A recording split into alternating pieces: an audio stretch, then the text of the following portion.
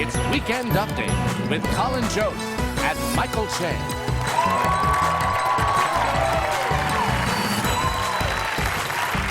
Hey, everyone. Welcome to Weekend Update. I'm Michael Che. I'm Colin Jost. This week, Americans were hit with the stunning revelation that their president may have possibly lied to them. Trump's former lawyer, Michael Cohen, who I believe is the love child of Celino and Barnes, testified in court that Donald Trump continued to work on a deal to build a Trump Tower in Moscow well into his presidential campaign. Trump defended himself, saying the deal was, quote, very legal and very cool. Which sounds like a Craigslist ad for Russian prostitutes. #1 all-time babes is very legal and very cool, man. And we never kill you, only sometimes.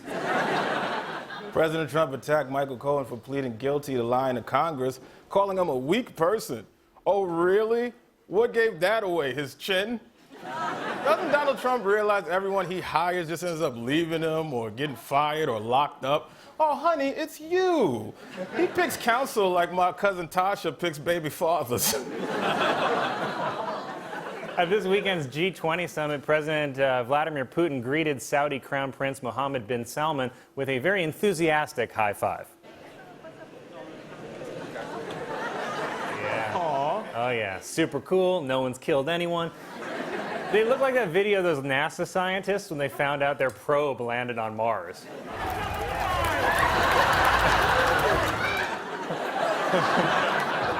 And then Putin greeted President Trump with, as always, a violent sack tap.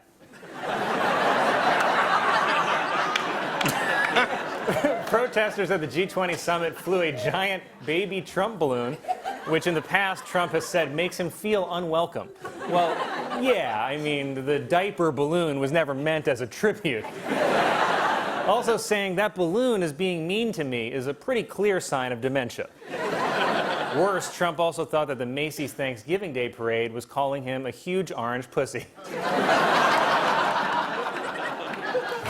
This week it was reported that Julian Assange, who dyes his face to match his hair, met with Paul Manafort in 2016.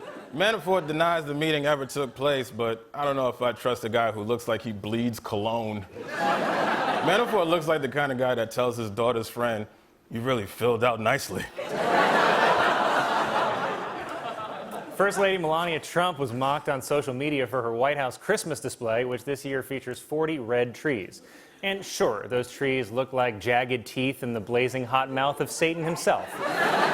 But come on, guys, Melania, she needs this. Her only other thing is a campaign against bullying that has been used exclusively to bully her. And it's not like most Christmas decorations are super tasteful anyway. I mean, have you seen what people put on their lawns? Maybe you think the White House should be full of giant inflatable minions. Or how about this lovely Santa in an outhouse? That's real, and it costs $150 damn. Also, do you think the Christmas display would have been better if Hillary had won? I mean, Bill would be doing the decorating. So that hallway would just be 100% leg lamps.